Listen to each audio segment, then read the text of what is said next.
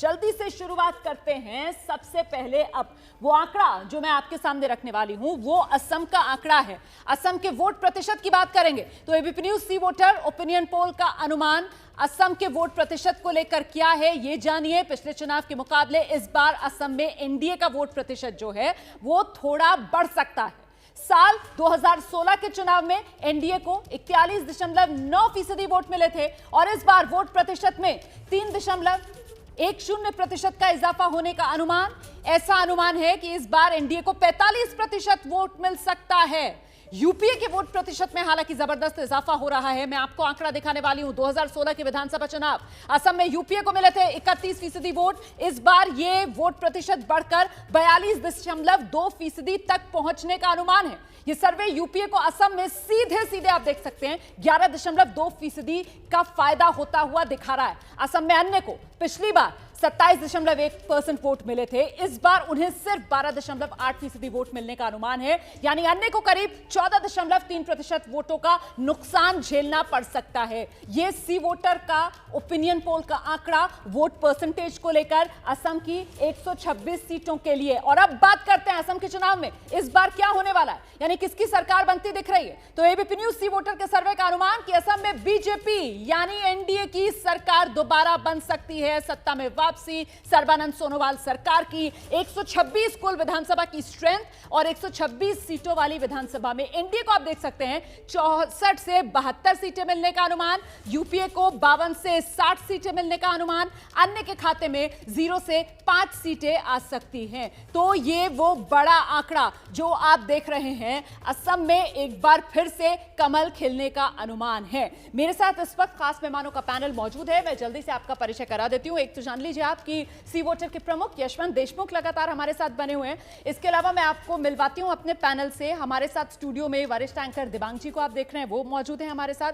चेन्नई से हमारे साथ द फेडरल अखबार के editor in chief S Srinivasan साहब जुड़ रहे हैं और तीन राजनीतिक मेहमान इस वक्त आप देख रहे हैं टेलीविजन स्क्रीन पर। हमारे साथ बीजेपी के प्रवक्ता जीवीएल नरसिम्हा राव मौजूद हैं। दिल्ली से कांग्रेस के प्रवक्ता सांसद सैयद नसीर हुसैन साहब हमारे साथ मौजूद हैं। लेफ्ट के नेता अतुल अंजान साहब हमारे साथ हैं। बहुत स्वागत आप सभी का।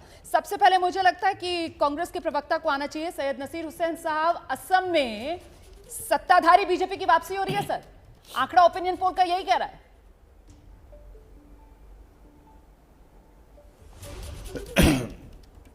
देखिए, अभी अभी चुनाव का प्रचार शुरू हुआ है। बहुत सारे इश्यूज को लेके अभी वहाँ पे लोगों के बीच में बहस अभी अभी छिड़ी है। 5 साल में सरकार क्या की है भारतीय जनता पार्टी की, किस तरीके के मुद्दे वहाँ पे उठाए हैं, कितना उन्होंने प्रोग्रेस का काम किया है। आपको असम में किस मुद्दे से उम्मीद है? आपको क्या लग रहा है कौन सा ऐसा मुद्दा जिसे लेकर अभी बहस मुकम्मल नहीं हो पाई है, जिसके चलते असम का वोटर जो है वो कांग्रेस के पक्ष में आ जाएगा? ऐसा कौन सा मुद्दा है जिसे आपको उम्मीद है? अभी तो मुकम्मल कोई भी मुद्दे पे बहस हुई नहीं है। अभी तो बहस शुरू हुई है। चुनाव 6 तारीख तक का है, काफ़ी टाइम अभी है। इसमें चुनाव हो रहा, इसमें इलेक्शन के दौरान पे काफ़ी बहस होगी भी। अब लेकिन प्रॉब्लम ये है कि सिर्फ आपका नहीं, इसके पहले भी आपकी बात सुनकर मुझे ऐसा लग रहा है सर कि 12 दिन रह गए, सिर्फ 12 दिन रह गए। मुझे बात रूबिका जी, सर मैं रोमाना बोल रही हूँ स्टूडियो से। सर मैं रोमाना बोल रही हूँ स्टूडियो से। महज 12 दिन रह गए सर वोटिंग में और आप ये कह रहे हैं कि अभी कांग्रेस के पास इसलिए मौका है क्योंकि अभी बहुत वक्त है, अभी वोटर मन बनाएगा। सर ये ओपिनियन पोल पर हम बात कर रहे हैं और आंकड़े हमारे सामने, इसलिए मैं सवाल पूछ रही हूँ आपसे बार बार।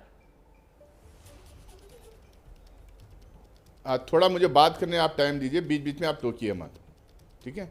तो इसके पहले भी किसी चैनल ने जो है आप जिस तरह से बता रहे हैं उसी तरह से 8 सीट का या 7 सीट का फर्क बता रहे थे। मुझे लग रहा है कि जिस तरह से वहाँ पे गठबंधन हुआ है, जिस तरह से अलग अलग पार्टियां एनडीए को छोड़ के वहाँ से निकले हैं, बोडोलैंड पार्टी भी निकली है वहाँ से छोड़ के, और जिस तरह से एक सिर्फ ये पार्टियों का नहीं, पार्टियों के साथ साथ में उनके वोट बेस का लेके जिस तरह से एक समीकरण वहाँ पे बनते आया है और जिस तरह से अलग अलग मुद्दों पे वहाँ पे बहस चुनाव के बहुत पहले भी वहाँ पे छिड़ गई थी। आज भी जो हम डेवलपमेंट को लेके जिस तरह से वहाँ पे बहस छिड़ी हुई है, मुझे लगता है कि बहुत आसानी से वहाँ पे जो कांग्रेस का जो गठबंधन है, इसकी सरकार बहुत आसानी से वहाँ पे बनेगी। अब सिर्फ इमोशनल मुद्दों पे ये लोग वहाँ पे चुनाव लड़ने की कोशिश कर रहे हैं। अमित शाह जी असम में गठबंधन के सहारे कि साहब एआईयूडीएफ के साथ जो गठबंधन हो गया है, क्या उसके जरिए सत्ता वापसी का जो सपना देख रही है कांग्रेस? ओपिनियन पोल के आंकड़े तो उससे मैच नहीं कर रहे हैं। अच्छा कर रही है लेकिन सत्ता में तो नहीं पहुंच पा रही है। समस्या केवल यही होती रवाना कि वो हलवा हलवा गप और कड़वा कड़वा थू, ये जो प्रोसेस है उसमें एआईयूडीएफ के साथ पे होने वाला गेन ये तो उनको दिख रहा है। नीचे लोअर असम, मेरे हिसाब से हमारे सर्वे में लोअर असम रीजन में कांग्रेस एआईयूडीएफ गठबंधन लगभग स्वीप करेगा। ऑलमोस्ट 10-15% की लीड वहां पर। लेकिन जो कड़वा कड़वा थू वाला हिसाब किताब है उसका हिसाब नहीं मिल पाता है कि जब आप एक मुस्लिम पार्टी के साथ में आप गठबंधन करते हैं तो उसका क्या काउंटर पोलराइजेशन ऊपर के आसाम में नहीं होगा। इसका जवाब जो है वो सर्वे में तो मिलता है, नेताओं की बातचीत में नहीं मिलता। सर्वे उसका जवाब लोअर असम में कांग्रेस एआईयूडीएफ को 10-15% की लीड है, उसी तरह से सेंट्रल और अपर असम में बीजेपी को रिवर्स लीड है, उल्टी तरफ की लीड है।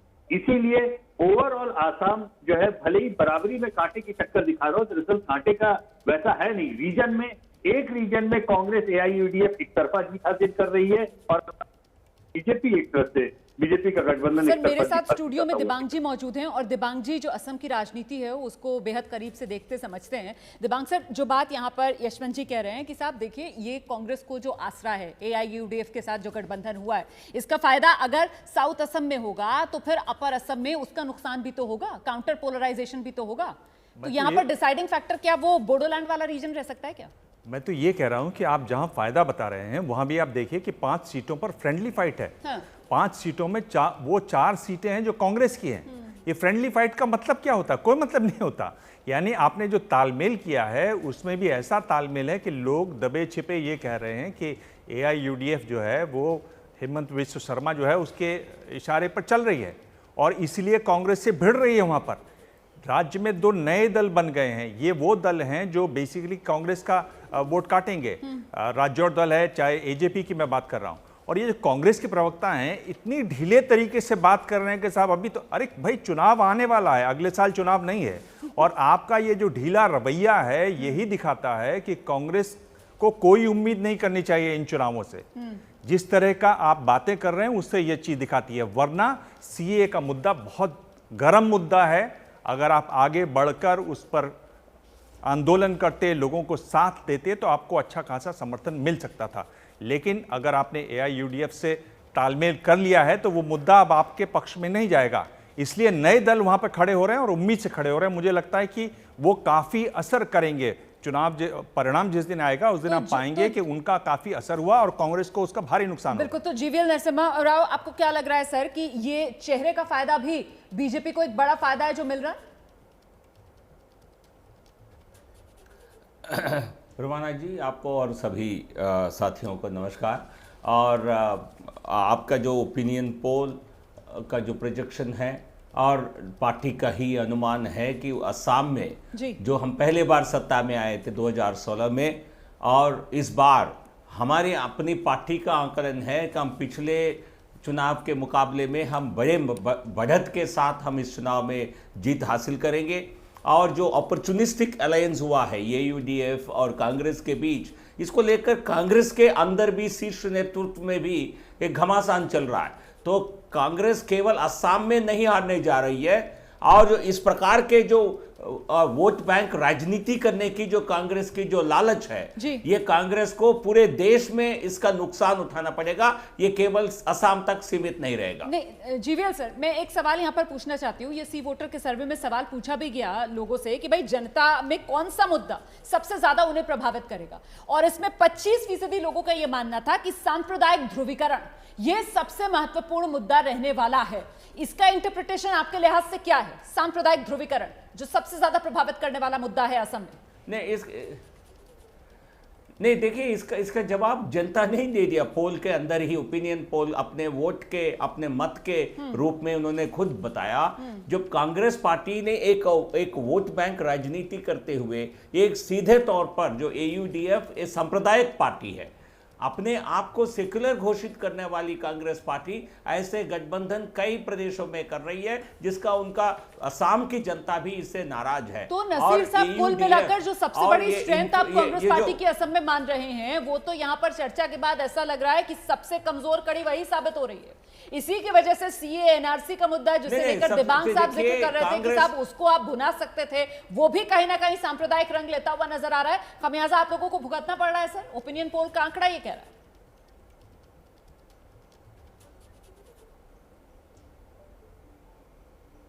नसीर साहब, आपसे ही सवाल है। अच्छा नहीं, फिर से दोहराइए, मुझे सुनाई नहीं दे रहा था, फिर से दोहराइए। मैं ये जानना चाह रही थी सर कि गठबंधन आप जिसे ताकत बता रहे थे वो कमजोर कड़ी साबित हो रहा है आपके लिए क्या? देखिए सिर्फ गठबंधन एआईयूडीएफ के साथ नहीं, एआईयूडीएफ के साथ भी है, बोडोलैंड के साथ भी है। ये अलग अलग विषयों को लेके जो मतलब वहाँ पे गठबंधन हुआ है। अभी आप लोगों को लग रहा है कि इसके वजह से वहाँ पे इस गठबंधन की वजह से अपर आसाम में हमें नुकसान होगा। अमित शाह जाके उसी नाम के ऊपर वो सारे इनका 5 साल का डेवलपमेंट तो गिना नहीं रहे, जाके सिर्फ वहाँ पे एआईयूडीएफ के नाम पे कांग्रेस को वोट देंगे तो अजमल को वोट देंगे, अजमल को वोट देंगे तो घुसपैठियों को वोट देंगे। इस तरीके की जो पोलराइजेशन और इमोशनल बातचीत जो कर रहे हैं तो वो भारतीय जनता पार्टी कर रही है। लेकिन मुझे लगता है कि इन तमाम बातचीत के बावजूद भी जिस तरह से हर फ्रंट पे भारतीय जनता पार्टी वहाँ पे विफल रही है, फेल भी है, कोई किसी भी तरह का डेवलपमेंट जो नहीं हुआ है वहाँ पे, इस चीज़ को लेके जो हम लोगों ने बात लोगों के सामने ले जाके बात रख रहे हैं। हम लोगों को यकीन है कि जो हम लोग को सिर्फ लोअर आसाम ने, हम लोगों को लोअर आसाम, अपर आसाम और सेंट्रल आसाम तीनों जगह से हम लोग को अच्छे खासे सीट मिलेंगे। और हम लोग वहाँ पे आप देखिए कि 6 तारीख को जब चुनाव होगा मौका है तो आपके उसके पास बाद उम्मीद में करने हम का। लोग लेकिन मुझे लगता है पूरे अतुल अंजान साहब को यहाँ पर आना चाहिए। अतुल अंजान साहब, जो बात कांग्रेस की तरफ से कही जा रही है कि साहब बीजेपी के नेता आते हैं, ये इमोशनल बातें करके चले जाते हैं, तो पलटकर ये भी तो कहा जाएगा कि कांग्रेस के अगर बड़े नेता आते हैं वहां पर तो वो क्या कर रहे हैं। प्रियंका गांधी की तस्वीर जो सामने निकल कर आती है असम में, तो वो चाय बागान के अंदर चाय पत्ती तोड़ती हुई नजर आती है। सर ये माना जी, ये जो सांकेतिक राजनीति है जी, ये सांकेतिक राजनीति अभी देश में चल रही है। और जो लोग सांकेतिक राजनीति कर रहे हैं वो मुद्दों से जनता को भटका रहे हैं, चाहे वो प्रधानमंत्री नरेंद्र मोदी हों और चाहे दूसरे तमाम लोग हों। सवाल यह है कि पिछले चुनाव में तो कहा गया था कि आसाम को देश के 5 बड़े विकसित राज्यों में से एक बना देंगे। प्रधानमंत्री ने 3 मीटिंगों में इस बात को कहा था। उसका क्या हुआ? उसका रिपोर्ट कार्ड क्या है? हमारे मित्र यशवंत देशमुख जी उन सारी चीज़ों को नहीं बताएंगे, वो तो कुछ मुद्दों को इस चुनाव के अंदर रखेंगे। मैं बहुत सी बातों में दिबांग जी के साथ सहमत हूँ क्योंकि मैं समय बचाना चाहता हूँ। लेकिन एक बात कहूँ कि खाली भावनात्मक रूप से और धार्मिक सवालों को लेकर के ये भारतीय जनता पार्टी का चुनाव का पैटर्न, चाहे वो आसाम हो और चाहे केरल हो और चाहे वो तमिलनाडु हो चाहे बंगाल हो, मैं भी घूम कर आया हूं, यही इसका एक पैटर्न है। बाकी और कोई बात तो नहीं बता रहे। 100 रुपए लीटर पेट्रोल क्यों बढ़ गया, इसका दाम क्यों हो गया, इसका कोई सफाई नहीं है। अब वो भी सीए और एनसीआर की बात भी वहां दूसरे अंदाज से कर रहे हैं देश के गृह मंत्री अमित शाह। तो ये जो चीजों को भटकाने की कोशिश है, इसमें माहिर है भारतीय जनता पार्टी। और जैसे हम लोग कहते हैं नहीं कि रामचरितमानस पढ़ते हैं तो एक संपुट होता है उसका, इनका संपुट पूरी राजनीति का है। हिंदू मुसलमान, लोअर हो अपर हो कहीं भी हो, ये सारा धार्मिक सवाल कहीं दूसरी जगह पर चले जाएंगे तो आदिवासी गैर आदिवासी। जवाब ले लेती हूँ अतुल सर, मैं जवाब लेती हूँ। देखिए जीवीएल हमारे साथ मौजूद है। जीवीएल, लेकिन ये बात तो देखिए यशवंत भी कह रहे थे कि साहब असम जो है वो पूरी तरीके से बटा हुआ नजर आ रहा है। साउथ असम, अपर असम, बोडोलैंड, इन 3 रीजन्स के अंदर, और क्लियर कट वहां पर आबादी के लिहाज से फायदा होता हुआ नजर आ रहा है। तो ये क्या है सर, ये ध्रुवीकरण साफ तौर पर नजर आ रहा है क्या असम के अंदर? क्या बीजेपी को उसी का फायदा मिल रहा है क्या, जो आरोप भी लगा रहे हैं यहाँ पर अतुल अंजान साहब? नहीं, देखिए पहले मैं इसका जवाब देना चाहूंगा कि भावनात्मक मुद्दों पर बीजेपी राजनीति कर रही है। भावनात्मक नहीं, पॉलिटिक्स ऑफ परफॉर्मेंस के आधार पर बीजेपी राजनीति करती है। और असम में 5 साल सत्ता में रहने के बाद फिर जनता हमको आशीर्वाद दे रही है, मौका दे रही है ये केवल और केवल परफॉर्मेंस के आधार पर, हमारी विश्वसनीयता के आधार पर। और कांग्रेस पार्टी क्या कर रही है, आज जाकर के जो पार्टी घुसपैठियों की पार्टी जानी जाती है, उनके साथ हाथ मिलाकर आप अपने पूरे राजनीतिक जो दशकों की जो राजनीति है उसको छोड़कर केवल वोट बैंक राजनीति के लिए आज कर रहे हैं। तो हम आपको एक्सपोज करते हैं, आपकी जो अपॉर्चुनिस्टिक अलायंस को, आपको घुसपैठ की नए जो नीति है आपको हम एक्सपोज करते हैं। ये हम भावनात्मक राजनीति कर रहे हैं। ये आज नहीं, असम में यह विषय एक महत्वपूर्ण विषय के रूप में दशकों से है, ये कोई नया मुद्दा नहीं है। तो कांग्रेस पार्टी आत्मघात यदि खुदकुशी करने के लिए इतने खुशी से आत्महत्या कर रही है तो इसके लिए हम जिम्मेदार कैसे होते हैं। और दूसरी बात, अलग अलग प्रांतों में कुछ हद तक ये स्वाभाविक है, ये कोई नई बात भी नहीं है।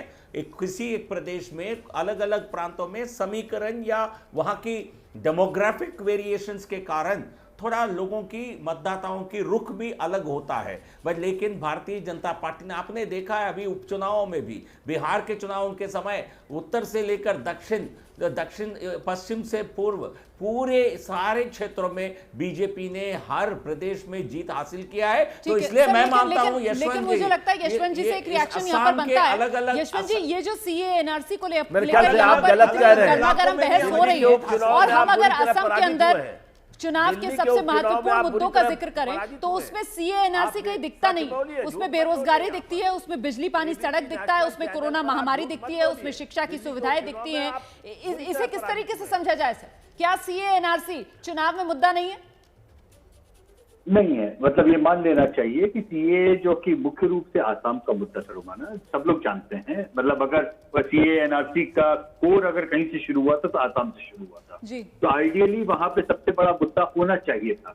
लेकिन इस तरह वहां पे जो पोलराइजेशन है उसमें सीए एनआरसी के ऊपर ये पोलराइजेशन चढ़ के दौड़ रहा है जी।